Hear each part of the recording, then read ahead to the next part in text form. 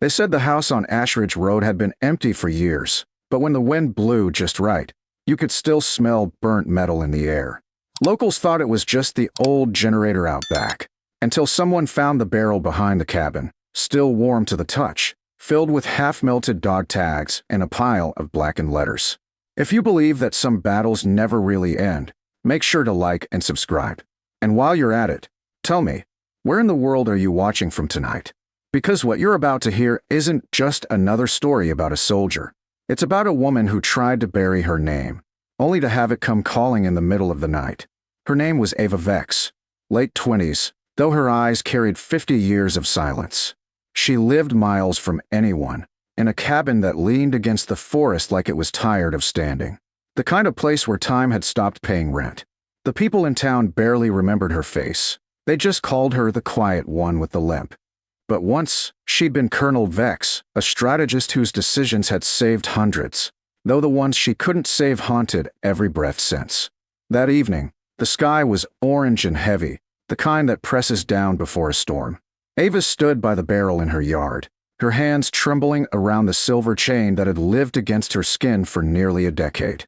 Those tags had clinked through the dust of 2 continents, through the screams of cities and the whispers of rain and broken camps. She thought maybe if she burned them, she could burn the part of herself that still woke up screaming. The metal was cold in her palm, but the memories burned hot, too hot. Faces of her unit flashed before her, the last radio call, the sound of fire raining from the clouds. She remembered promising them, "I'll get you all home." But home, she realized, was a place some of them would never see again. She dropped the tags into the barrel, watching the flame catch, lick, and twist the metal until the letters of her name, VX, a dot, melted into blur. Her breath came shallow. For the first time in years, she felt almost free. The weight around her neck was gone. She whispered, "No more." Then, from inside the cabin, a faint ping echoed through the stillness. She froze. It wasn't the sound of her phone.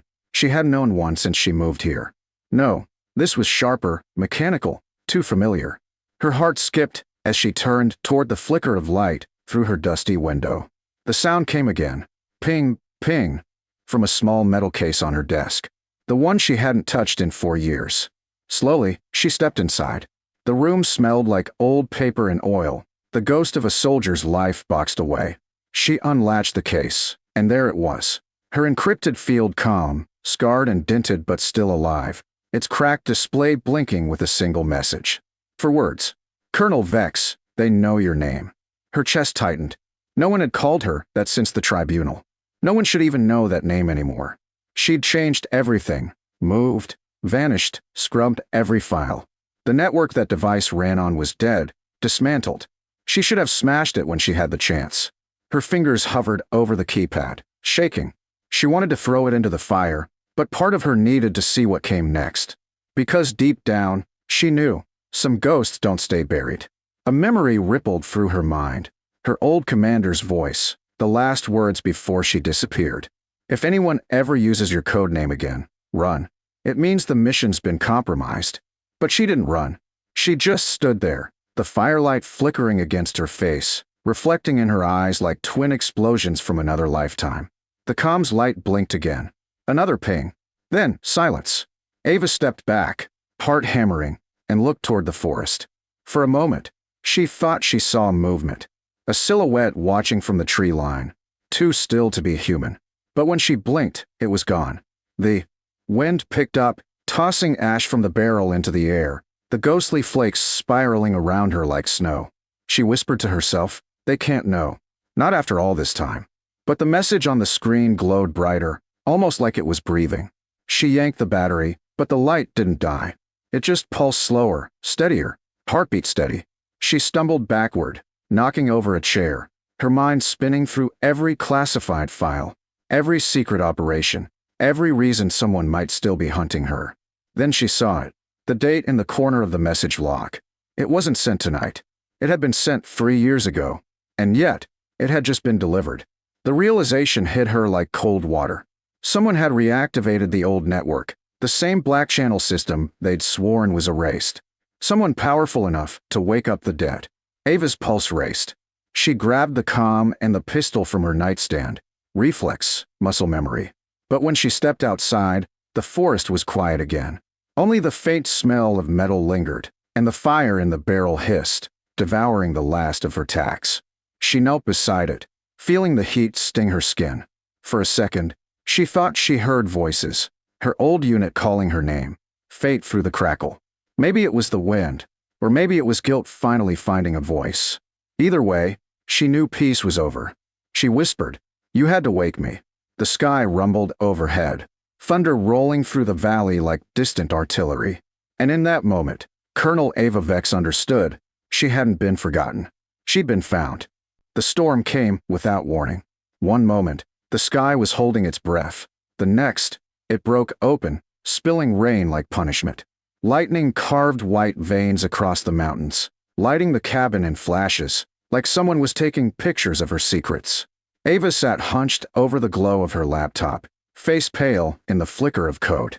The old comms device buzzed beside her, wires tangled, the cracked screen pulsing faintly with that impossible message. "Colonel VX, they know your name." Her fingers hovered above the keys, hesitant. Every part of her wanted to shut it down, to pretend it was just a glitch. But there was no mistaking the encryption style. This was Phoenix Protocol, the same Black Ops communication system that was supposed to have been dismantled years ago. She whispered to herself, no one could have rebuilt it, not without clearance. But the coordinates flashing across her screen told her otherwise. They weren't random. They were hers. Every operation, every classified site she'd ever commanded under the codename Vex. Someone had dug through her past like an unmarked grave. The thunder rolled closer. She connected the comms unit to her laptop's data port, heart thudding as it flickered to life. The system began downloading something automatically. File names scrolled fast. Phoenix.001, Phoenix.002, too many to count. She leaned back, watching the screen like it was bleeding ghosts. Then, her radio, silent for years, crackled through the static. A voice broke through, distorted and trembling. "Ava, it's me." She froze. That voice, it couldn't be. "Mara, you need to move," the voice rasped. "The network's alive. They're pulling everything. Logs, files, mission tapes. Someone's reactivating Phoenix." Lightning flared, and for a heartbeat, Ava saw her own reflection in the dark window. Eyes wide, a soldier's posture reawakened. "That's impossible," she said, forcing calm. "Phoenix was sealed. I burned every trace." "Not every trace," Mara said. "Someone got the archive. Your name's in the access list, Ava. They think you're still part of it." Then there was a crash in the background, a door breaking, a shout, then silence. The transmission cut to static. Ava stared at the radio, her breath shallow. She whispered, "Mara," but no answer came. The only reply was the echo of the rain pounding the roof. She turned back to her laptop. The download had finished. A single folder blinked on the screen, redacted _1972, an internal file not supposed to exist. She clicked it. A video opened. Grainy surveillance footage from a desert compound. She recognized it instantly. It was the mission, the one that ended her career. The one that killed 26 civilians and a village she couldn't save. Her voice came through the old audio, sharp, commanding, younger. "All units, pull back. There are non-combatants inside." And then, another voice, cold, steady, higher rank. "Negative, Colonel. Orders are clear. Target integrity over local presence.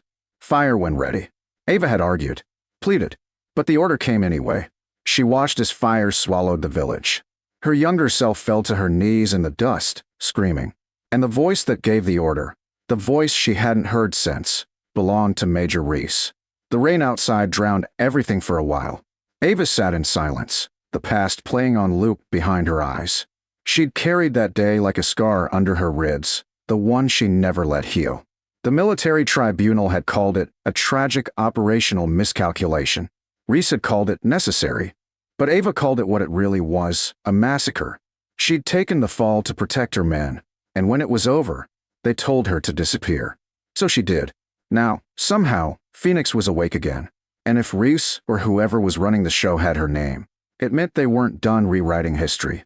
She pushed away from the desk, pacing the small cabin. The floor creaked under her boots. Her breath fogged in the air. She hadn't realized the power had gone out.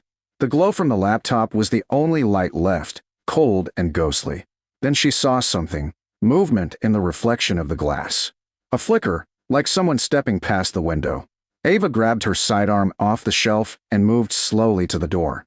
The wind roared outside, pushing against her like a living thing. She opened it and swept the flashlight across the treeline. Nothing but rain and fog. She was about to step back inside when she saw it. Etched into the mud near her steps, drawn recently with something sharp. A symbol. A rising bird, wings outstretched. Phoenix. Her blood ran cold. Someone had been here. Ava backed into the cabin, locking the door. She tore up the loose floorboard, pulling out the metal case she'd buried years ago. Inside lay her old clearance drive, stamped with the same symbol.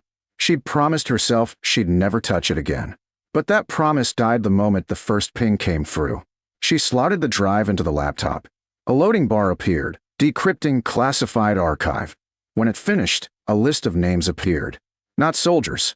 Civilians. The ones from the village. All marked as unknown casualties.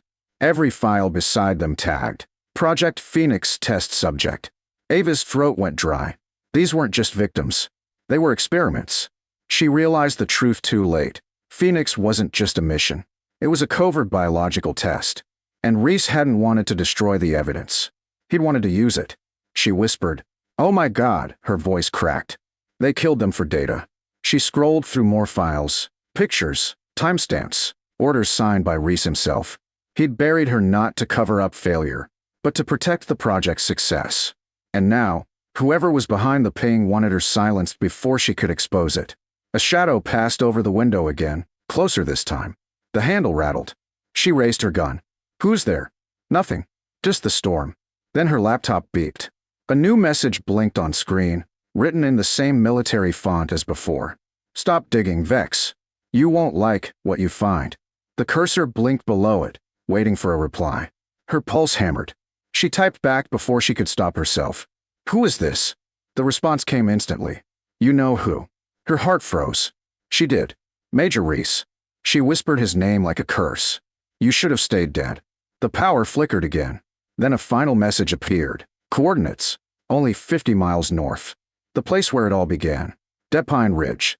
Lightning split the sky as Ava grabbed her duffel and shoved the drive inside.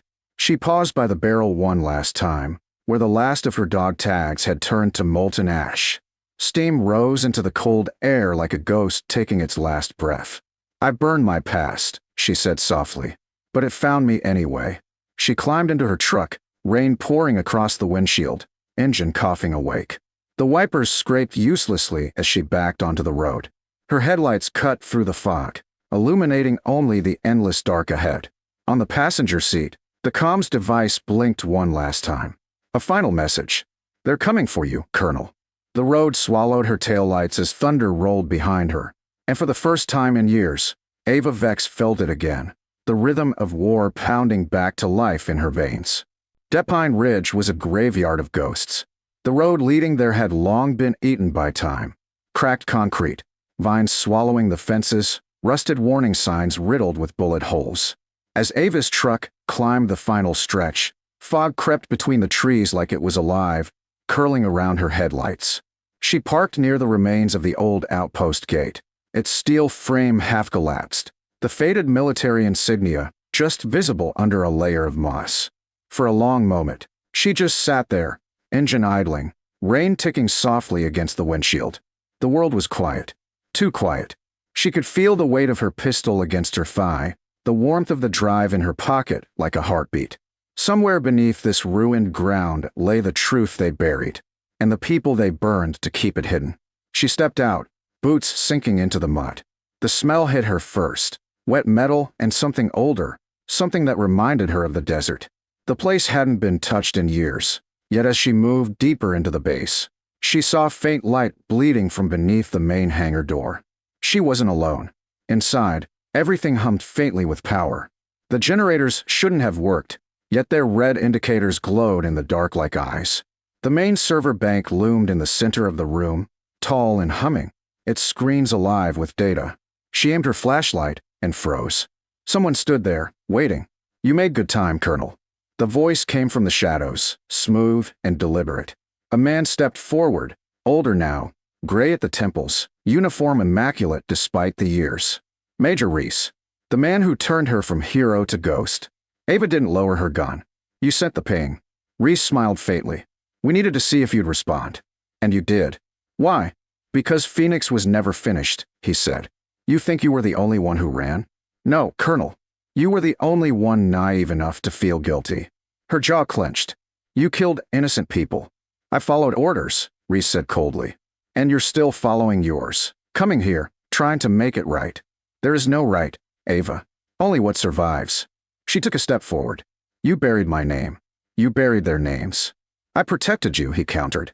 You made a mistake. I gave you a way out. But you couldn't live with it. That's on you. Lightning flashed outside, throwing them both into harsh silhouette. Ava could see the years in his face, lines etched deep, eyes that looked hollow even when they smiled. I have proof now, she said. All of it. The drive. The experiments. The orders you signed. Reese tilted his head, almost curious. You think anyone cares? You'll be dead before the upload hits the net. Maybe, she said softly. But it'll still hit. He moved first, reaching for his sidearm, but she'd spent a lifetime anticipating him. A single shot cracked through the hangar, echoing like thunder in the mountains. Reese stumbled back, clutching his shoulder, staring at her in disbelief.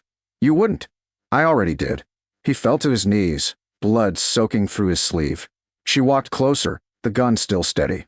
You took their names from history, but I remember them. Everyone. You're no hero, Vex, he hissed.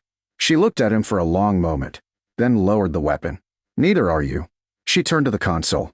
The screens flickered as she connected the drive. Files began uploading to a global relay, encrypted to every open journalist network, every watchdog archive, every public record mirror that couldn't be silenced. Reese tried to stand, but his strength failed. You'll destroy everything, he rasped. Ava didn't look back. Good. The progress bar filled slowly, 20%, 50, 90. The servers around her hummed louder, fans whining like an approaching storm. When it hit 100, she exhaled, the first real breath she'd taken in years. She turned toward the open doorway. The rain had stopped. Outside, the dawn was creeping through the mist, soft and gold against the wet earth. Behind her, the servers overloaded, popping, sparking, one by one burning themselves out. The hangar glowed with the light of a dozen small fires. Reese was still on the floor, watching her with a look that wasn't anger anymore, just disbelief. Why come back? He whispered. She paused in the doorway, the faintest smile ghosting her lips. Because someone had to. And then she was gone. By the time the fire reached the fuel lines, the entire hangar was an inferno. The mountain lit up like the sky itself was erasing the past. Ava's truck rolled down the ridge slowly, the glow fading behind her. She didn't look back. The comm device on her dashboard blinked one last time, just once, then died completely. For the first time in years, there was silence. Later, news feeds across the world would light up with leaked files marked Project Phoenix. Government inquiries. Arrests.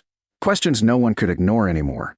Somewhere in that noise, her name appeared again. Colonel Ava Vex. No longer erased, no longer shamed. But by then, she was long gone. Some said they saw her months later, working at a mechanic shop under a different name. Others swore she vanished into the mountains. But the soldiers who once served under her, those who survived, knew better. They knew she didn't disappear. She finally went home. And if you ever drive through the old valley near Dead Pine Ridge, you can still see the faint outline of a rising bird scorched into the rocks. The mark of Phoenix. Not the project, not the lie, but the rebirth of truth, lit by a woman who refused to die with her guilt. Because some fires aren't meant to destroy. They're meant to reveal. And that's exactly what she did.